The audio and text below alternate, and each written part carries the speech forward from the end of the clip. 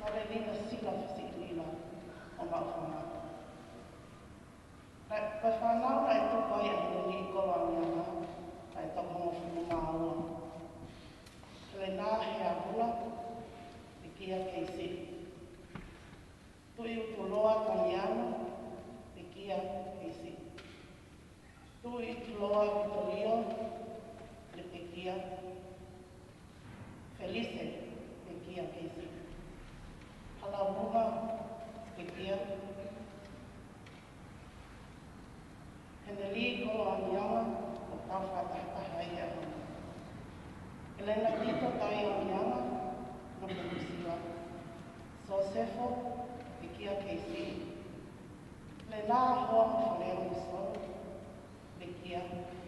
Sosefo kamoto, no penisila. Malia Poloti, e kia keisi. Te amo leo pino, ofa ki whaitoka, no whamelika. Nā e kamaka aku a hene li kola amiama, e lau tohi katolika i te aku.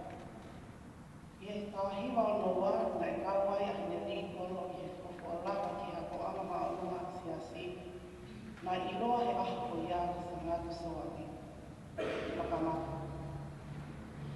Koe toka taha nei akana i ia a hene li kola. Kana e i kai, koe mea ia mai whakatoka ki ai hene mohu. E koe tangata mai i wilahi, e alonga mo ui i whai hanga ore. Na e lava peha mahi ka si i mi ene a ko, o ne pole ki no whamai, o to pole ki no ka ke pehi no oe, mo to pole ki no whaniri.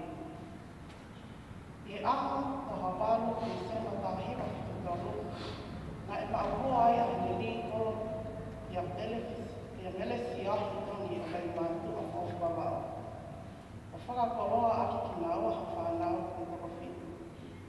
O lahi taha o Lisdeni, ma o hoa ki a mele lau i whisi o se toni, whanau e tokoroa o mokapuna i tokowha. I ahi Wendy, ma o hoa ki whakaroa ka tahe o la taha, whanau e tokowaru o mokapuna i tokowha. Te loa whakao ki pētoni, ma o kia mali ki a Manila mianga o Malehia, whanau e tokowha. Te lise, ma o ki whaingatatu i mā o amo te me mo whanau e tokowha. Samuela ma o ki a Angela mianga o Central Coast Australia, whanau e tokowha. Caroline e hoa ki a Jack Delbert o Albania. Sosefo ma hoa ki a Makaonone, masini a mianga o Samoa, whanau e tokowha. Koe mālolo e te hane li koro, ko ne ngā o whanakapuna o kua ki he tamo o whunu mai taha. Koe makapuna aua e toko nima. Koe tangata kaukaua i he whamili, he nā ane whalala o ua o hono i ki kai tangata. Nā ane whakahaha mau, e hono i ni he ngā aue mo lotu. Ai lotu, ko tau ki ke whahinga tapu. Pena e fisiki toa e ne tau i ofa ki hono whamili, o te tau e whamili e ne whamai mo e ne whae. Nā ane mo ui ake nofu a whamili, e tau i ofa ki he whanau o whamahitanga. I whakaapa o whaki ofa. E tātā hiwa marowha, ai tonu ai hasi ate whalau o ke hene li kolo. Ke whai a kuni whanua ki mo.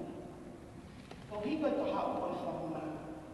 Nea o mai hiki whanua mai, kana i kai ngaro e tōna whare ate mahamaha. Ili a mai tau, a mi whokia o lama haki pare pare. Tēni whakahimoa, vai atu ko kai hiri. Ano o inga, a ni kai mili mo na whamili, te tonu a mili. Haka e atu ko kai mili e i a honu. Whakamaunga i kau kuku, no whiahi atu, i ko miki o kato, ika o malia, kata o tofa. O mamata tonu whanau e a honi, ke tangi mama, o whakau i noa e whai e te li koro te tukunako. E ko nā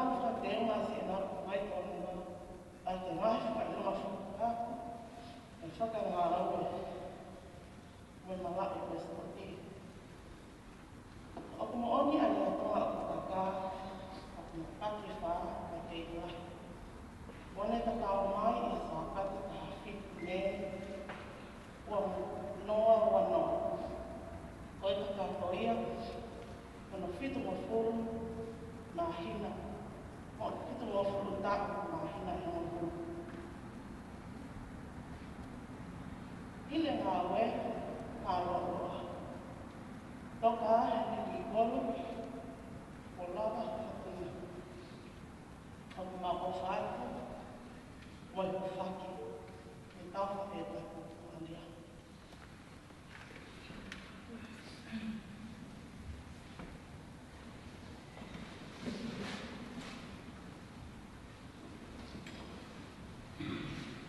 Kore ke u whakatoloa pio a se sue ma pio hanga ma e ta tō. Roa ke pahu kai mai o tu. Ui tau kai mai sa pai a whanau o whei Pangamahori, Pahami.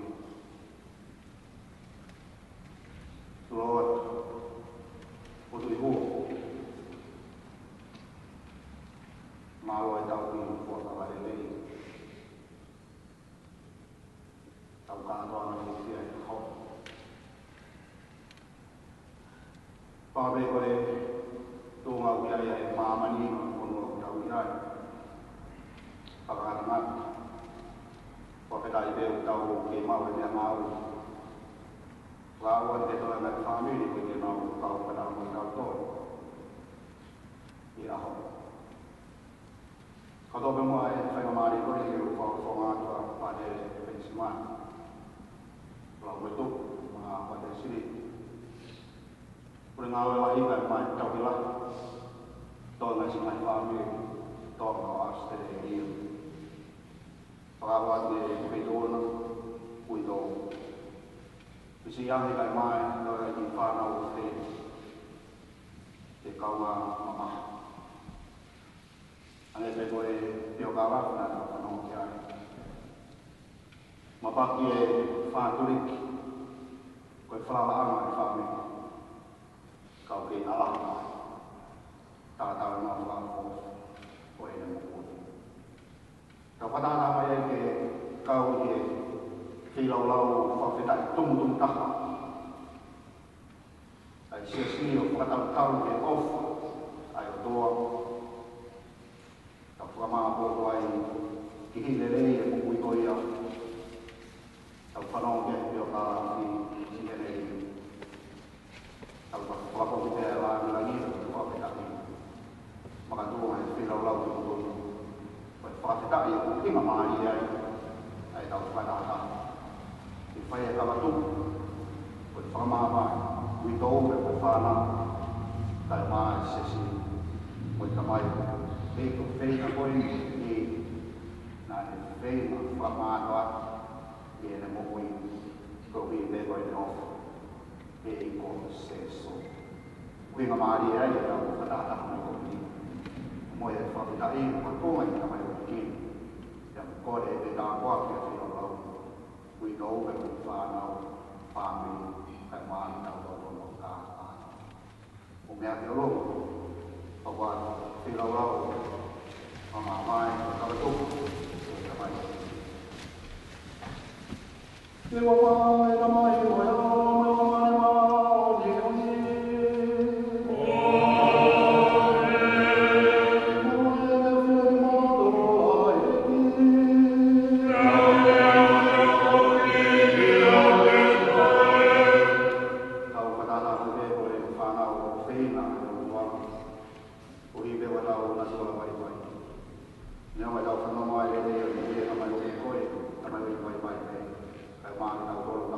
Mai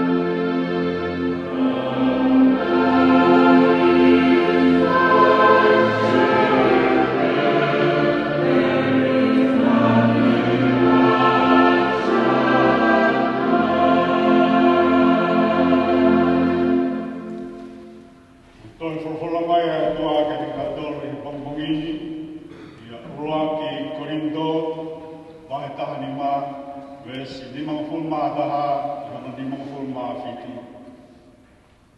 Kainga, ai ke mahino ni ke te kmoto. O tau sino kakano mo i toto ko ini e au. I kai ke hu ia ki e koreanga o tua. He e i kai auha e koreanga o tua ia. Au whakahaatu hamea na tufu e whinangaro o tua. I kai te tau mate kotoa pe, ka te tau ririu kotoa pe. E whakahoki whaa ne hoko, ko e kemo pe. E iwi whakaosia e talu ki te, e whakatuha ke rewa e kakai o mate. Ririu ai ki tau ton kotoa pe, e ua te tau toe mate o ta ngata. Ririu ai ka tau sino mate, mo auha mo fua ko e ni, o hoko ko sino e kai toi mate pe auha. O tau ngahe sino ko e ni, ngahe sino ngā waiwai mo mate ko fua. Te nau ririu o hoko ko e ngahe sino e mo uibe o tae ngata. E toki mo oni ai e lau ai wholofola, o tokalalo a mate. E mate o whē o ikuna, e mate o whea o hurukona. Koe kona e mate o hui koe angahala, e koe lai angahala o hui koe lao a Mosese. E whakawhetai ki he atua o i koe ne tuhu ke tau ikunai o tau eiki o Seso Kristo. Koe whakalatanu ia ae eiki.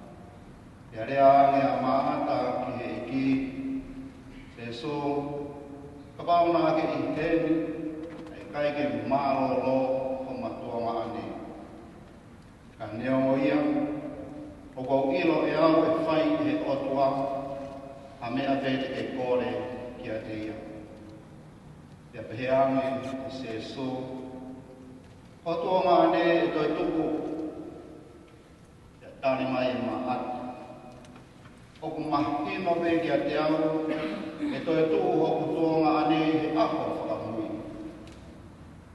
Ki rea mea se so ki ai. Ko au me u whai ai e toi tu o mea moe mokui. Ki nau tōru kata me ne nau tui kia te au ne nau mokui. Neo moko nau mate. I kai mate o tai ngātaha taha e tui kia te au e mokui ai. Oku ke tui ki ai. Kia pehea e maata. I o eiki. O ko tui koe Kristo koe koe alo e otua. Koe tokataha o pau ke hao ki mamani.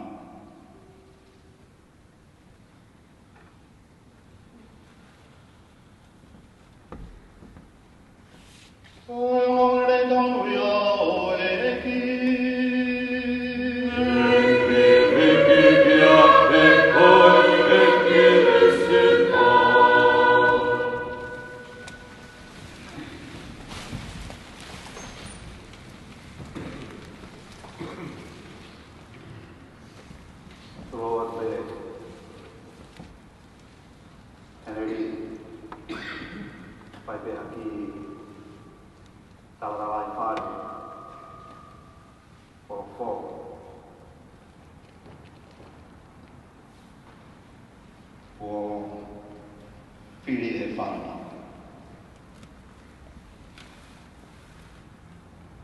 Whiri mai e whānau e whorowhora koe ni pēo.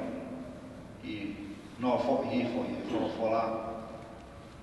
Pea e uia na mai o iki.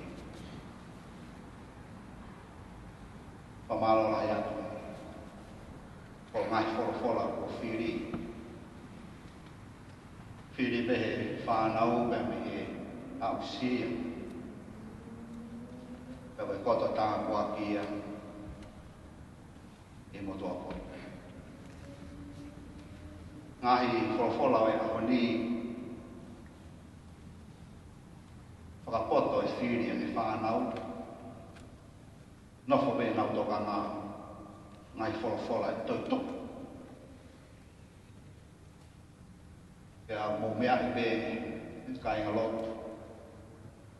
Tau whakaosi ai tu. Whai tapu o toitu u. Whai e whanau e whiri whakaof. Ngai konga toh. Nofo e toka ngā me mo whakamama u. E toi toku e eiko se so. E hange e whakakaukau. O nofo be whanau whakakaukau ke ako. E pehe tofu be. E tamai koe. O hiwa nau tui. E tu eiko se so.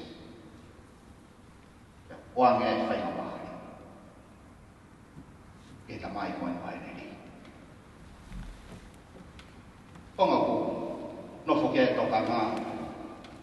O ngongo le rei pe neo e ngongo le rei mahino tau whawhanongoa. Tau nofo o whainga pe koe hāngai ai uhinga. Nai nofo ai e whanau e nau whiri mai e whorowhora koe ngongo le rei tala noa. Pe ta wanga mahini ki ai.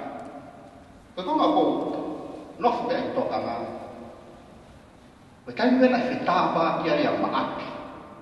E mo eiki o sesu. Iko mai o whakawhaka ia. Koe konga ko nofo ke toka ngā. Koe konga ko e pehe e maaki. Whakapapau ia ke e maaki ki a sesu. E toi toku o matua maaki. Koe rea ai tō whiwhitu. O kune ilo pau ai ulungang o i tō ngāne. Ai kono whakarea e taha. Ai ke toi tāri a maataia mo me. I he whakamahau whakakosi. Tako mahanga whakapapauki. I he mo ui pe mo i ulungang. Aho na tōma ane ko rā salosi. Nane hanga teu ia e ne mo ui. E palomesi e whai. E tautama. Tuku mai hama alo pe kia pa tui. No foi e ko whakakau. E au pehe. Ta koe na e whiri pe he whānau. Ai ongo le rei o ilo pau. Ai urunga e koe toa pui o e nau tamai. Hange po ongo maari e mai. Tala noa sione e mea whakahahe wholofola ua ki tau whanau ki ai. Koe tari mana whai mai he lau maari io koe mooni. Ta hiri e tēngi hia mo e whakao mo sia. Koe nau ngahi ngā ue rei e moi ai ia te ia. Whai ai, tokanga lahi ki ai. Kaimina e hui atai mo tua koe ni ki o ngā ue he paro ki a pēa. Wafe tātolu ko fuatai mia nau te tau laki ai pia ko hele ri ai o maha fisia. Nei mea nau whakatoka ngai e o mātua koe ai whahinga veke ma kehe i mokui ke tokoi. Leka whanau kei i o kālafi. Veke i e mokui e tokoi. Pai e ki whakaukau e mutua koe ni ki langhaki pare. Whakamaunga kei ki siasi to whoa. I whai ano tātanga naki e ki whāmeri. Whai ano whakahino i nau tōru i eiko se so. Mana tu ai ki o mātua koe. A e nā loto lahu. Mō kōkō ki ai te au. Tō hiu whakatau. Lawa e lulu. Kei te whie tarano ki ai nā. E heko. E santo mō. Whanau ai e au. O autoa.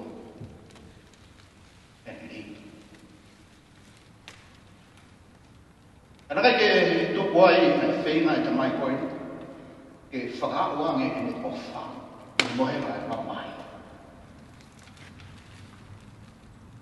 Whanono pe tarano. A te whetau aki pe mohe ne ri sari o te wai mamai kai maa whisi ia. Ahona e tāpua ki ai ki mutu ki whāri. Ne whai hono i sira whangamoa. Tōhi wai kai kua. Eke he whetōku ai e māwhan. Wai veke, behe roto. E koe mātua na la whenga ke whakalau mārieki ai ngahi ngā ue le rei whakamāmai na na whakaoko. Te wetahai e pōre ke te kau tōru e karistia. Whiwhia ngā kua whiwhia mo tua koine e mere mai. Ere mai he wā whetaha hiwa. Te utoi le rea tu pēo. Pei loa ki mai ni. Mea ta tau pe. Nau whakatoka ngā i fōfua taimi. Wā ue me e mo me. Tau kōsi nau me mai. Te komena nau whakatoka ngā i he mo mātua ko e ni e ngai ngā ue nei nā na whakahoko. Pea wetahai e mai o ki tau tolu tangata mea mo e whiwhini. Ai tau whenga ke whakamari a ngai ngā ue nei o tau whai whakamāmani i e lau maari o e oto. Tahe palamare. Whiwhia ka wā whiwhia lere mai o whanau whanua koe. Ai ngā ue nei o whai e kautonga. E palo ki au mōki ai. Kore ai. Pako longa mo ui ke whai e whatongia o i siasi e whanua koe. O tuiwa whakau omi e re ri e aha koe. Ke tau hanga mua whakamaripi ai ngā ue rei koe au. Kono whakarea e taha. Ke tau hanga whakawhiofi atu ai tau ngāhi ngā ue rei koe au ke lau maari o e otoa. Hange koe tāri mana tau whanau ki ai sione wholawhola ulaki tau whakawā. I o koe mo oni. E ka hire whakamosia o e tēngi hia. mui mui atu. Ai mai ngā wele. O uhinga pe I ha kai roto. O uhinga pe he kai ngā wele o whakao whiofi mai. I whina ngā wele toa. E ahoni o kau whataha pe o hene ri. O tu me o kira hene ri he ahoni. E mate ko where poho u. O where ho mālo I mai. Wa ha ma uhinga. E na hanga pe hene ri o te teu I hene ui. E na hanga whakamari I hene ui. I ei o se su o te tu. E nā ne ilo pe iai aho. E ui ai I tamai. E whoke anki a te ia. Isi a. Pamalo lai atu. Ahoni ko I hanga whakakatanga o whuakapa. Ko kawana ke tuai he awe o tua. E rerea ai kai. Hele ri. Te tau he koe he mamaki. Ma mo I te lei. Te tau koe he whainga maari e ka mo whainga tā maki. Ua rewa ko tō whakamā ai I tau e mai. Pao whonga atu e sesi Ia te koe, isi ia. Ola pare mai au whianga hangai mai māmai ni kutau iai. Ko ma ko e, mau I a sākala meka, e koe fuakau e no whamā. Whamālo lai ia te koe, kā kiat. Kai ke pori ke motoa koe. O kā ataki, taimina mui lele iai, ene ri, wa weke taimina ni whakau. Tau mai ana ke lawa whakahok toko taha o whatangia. Tō ai whainga maari e koe ke whakawhonga atu. Wa mālo ke whāna. Whakaotua me. Wholofola me ke ai wa tau tō. Pāpāpari o tamai o whake. O ta tau ai me koe hanai tō mungai mo ui te nau ia. Lawa e whasiang he whakata o whatangia. Ko hi ko po whana. Whakawa se te nari pe ku. Wa mata toa e. Aho a. Au ma whoha o whina ko e. Tui pe wari mani mahi piri. Toi e ki aho mālo e nima. Tā mai taha o whoha. Asi ko whakawo. A tere. O kamata teu o ngahi o wau whakamāwai. Yangata e ki. Toi e aho tolu pia. Si pekia ene ri tā mai taha ngai whoha. Masi ko kanuma taka. Alere whainga maari e no ki teu. Nā ki e mahi. Whofu alere atu. Toi pia aho taha pia hiki. Toi taha mai pia kanuma taka. Alere lau le whaha ki. Lot whaos me tātai ki ngari pia ke toi lau. Malola he atu. Tāma whakawō. Malola mitoi whawhamiri. Tau whiwhia e o wau whakawhofu e aha koe. Hiru te rupu whai. Tau hamu me o tō mafu. Tā waki ma me whikau ko omi. Ene riga te au me wholofola ko whiri e whanau. Tau tōtō o toi. Whanau. I tōu ka me whamiri. Kato ai kai roa. Tau anke tau puke ni maa i whakaofa mui e tamai o kei koe. E toki oni e tau ofa ki a te iau. E tau whea ni mui o whiato. I ene mo ui. E tamai o kei ki nani ofa. Tano e ko se so. Toi tuku. Amana tama i ngau toro ki kia. E iki. Toka leri. Tau anke me i toi tuku. Ono lau maari. Tari ko kira. Fiau tai na tau.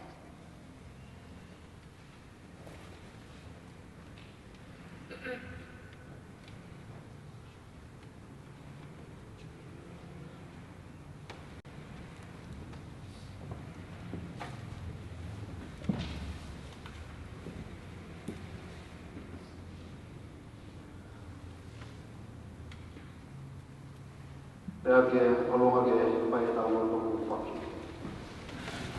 Kawa ni dalam sama yo tua. Momoe ke dia tau mai lotu. Ai lotu au le tau do ka mai sila mai le. Au do lo le una ke mau e tau pa.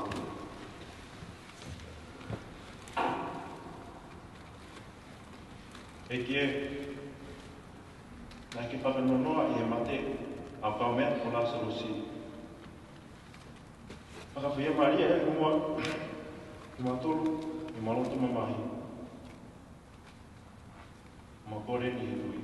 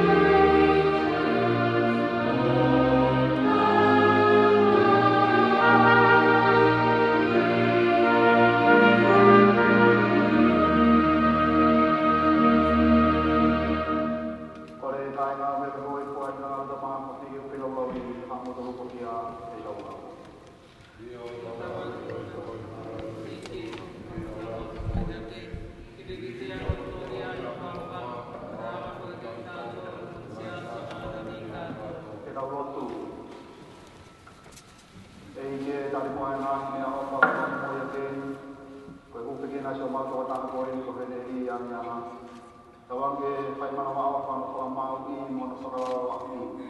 Mau ko re no pa me ya se su ni so alo ka ko mau ki.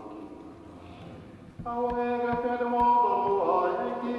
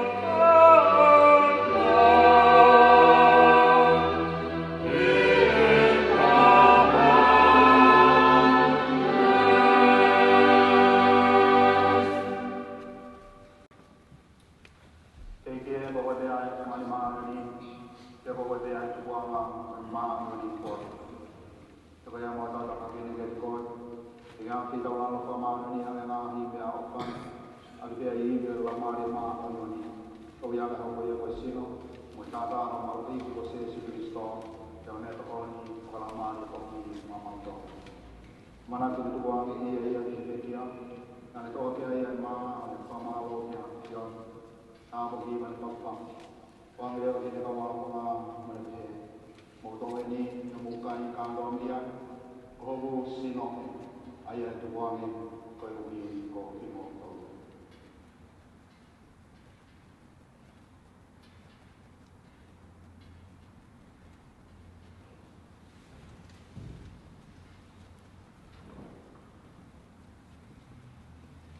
Kita bela kau makan ni, kita aku mau ikut, kita mau pergi ada, ayah pion, tak pergi benar-benar lepas kita kau aku mau ni. Untuk ini kita mau minum kandang dia. Ibu ini aku tahu ya, buat kandang pokok. Ayah lalu buang, kita macam. Jadi ini pergi ada motor, kita makan ke bawah. Kau mulai dia yang halal. Mau pergi kau buat mana?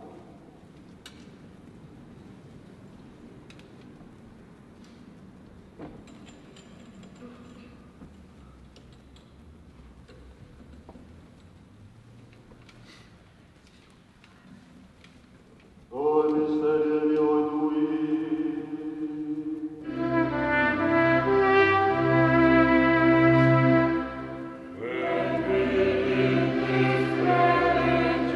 this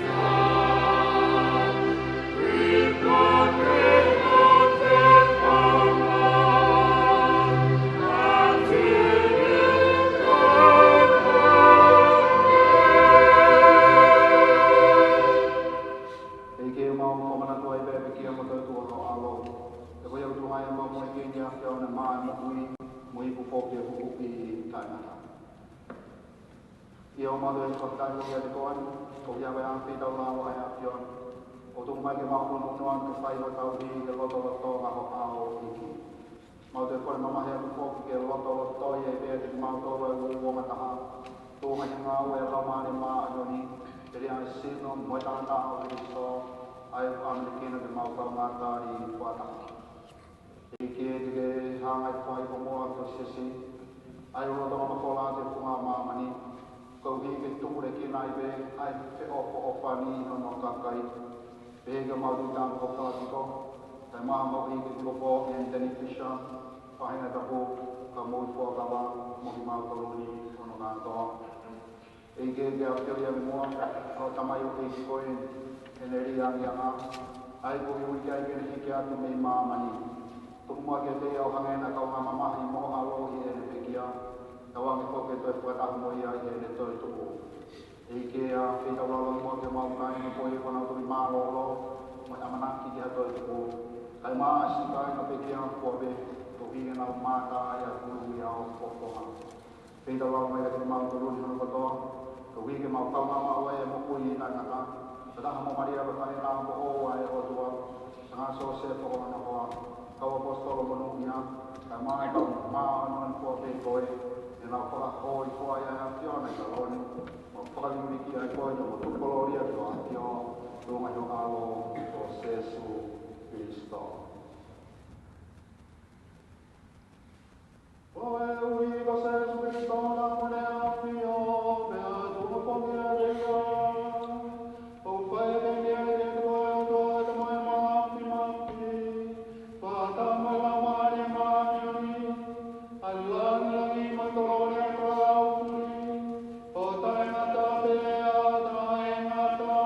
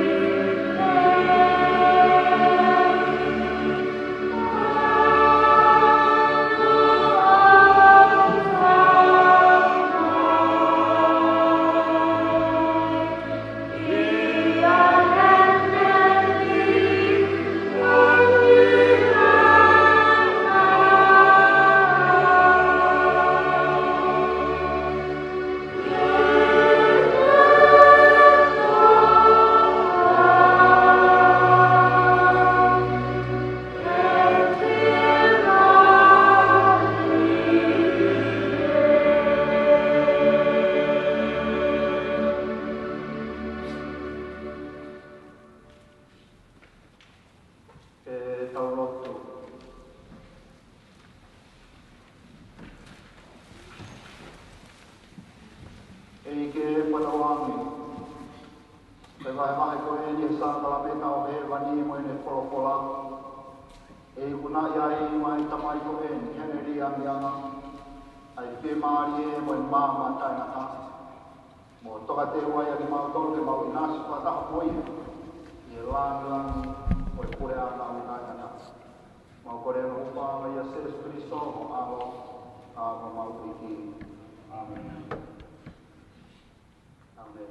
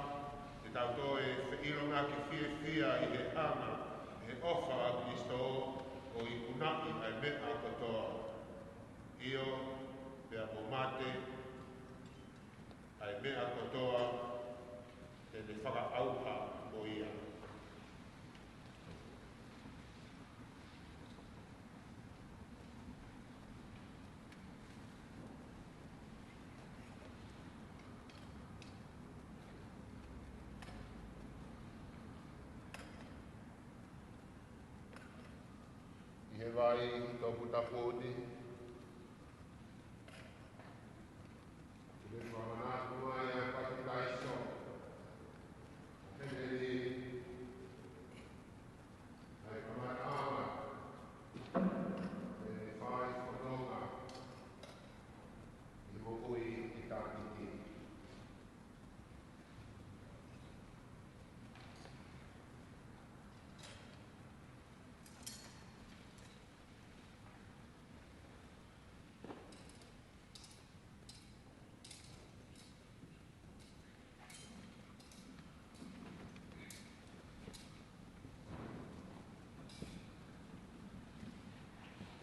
Tawange mamo ene roto. E whai whanongia.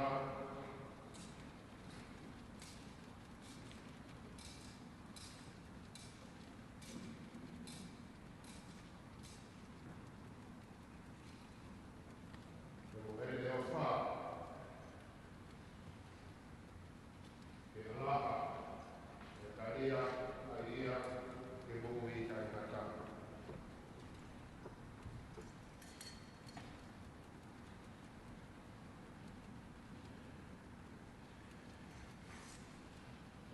Motari ona lau marie o ave ia ki o tua o fungani mā o lunga.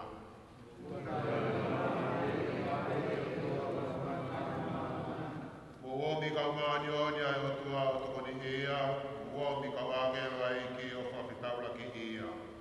Motari ona lau marie o ave ia o tua o fungani mā o lunga. Tawange mo Kristo ai kone ui koe, ene ame koe ki a te iame, tawangi ke tāri koe e he kau angelo ki e whanawhata o e parahame. Motari ona lau marie o ave ia o tua o fungani mā o lunga. E kie tau kuange ki a te ia ai whi maari e tai mata, pea kene hulungia i hoko māma o tai mata. Motari ona lau marie o ave ia o tua o fungani mā o lunga. Ki tau lotu, alata mai o ka fuake atua si o tau toko tahani, ki hoko tau kuku inima, maulata tō nunga whataha mo ki nau tōru, o nau pekia i a Kristo. Te re tō tūhake i he aho whakamui, whataha i me mo Kristo o taimata. O mau whawhetai ki ho o awhio, ka huhia, ka tāpuaki. Kua ki o mai ki si o mau toko tahani, o tonga e ne mo ui i laloni. Ke whakahaa ki a eanga, o ho tauhi whakai tamai, ki a teki mau toru. Ka maa fo ke mau kanga, mea pa moe kau maa oni oni, i a Kristo Jesu. Eiki e, o whonga hifo ki he mau koreni, tāri whiwhia mua si o mau toko tahani, ki parataisi, pea ke toni ki mau tolu, ki mau lava o whakanoa aki, ai loto mahu e mau tui. Kai oua ko mau toe whakataha ko si o mau toko tahani, o tai ngata i parataisi. O mau kore eni, i a Kristo koho mau eiki. Amen. Ki tau whaai te rewa.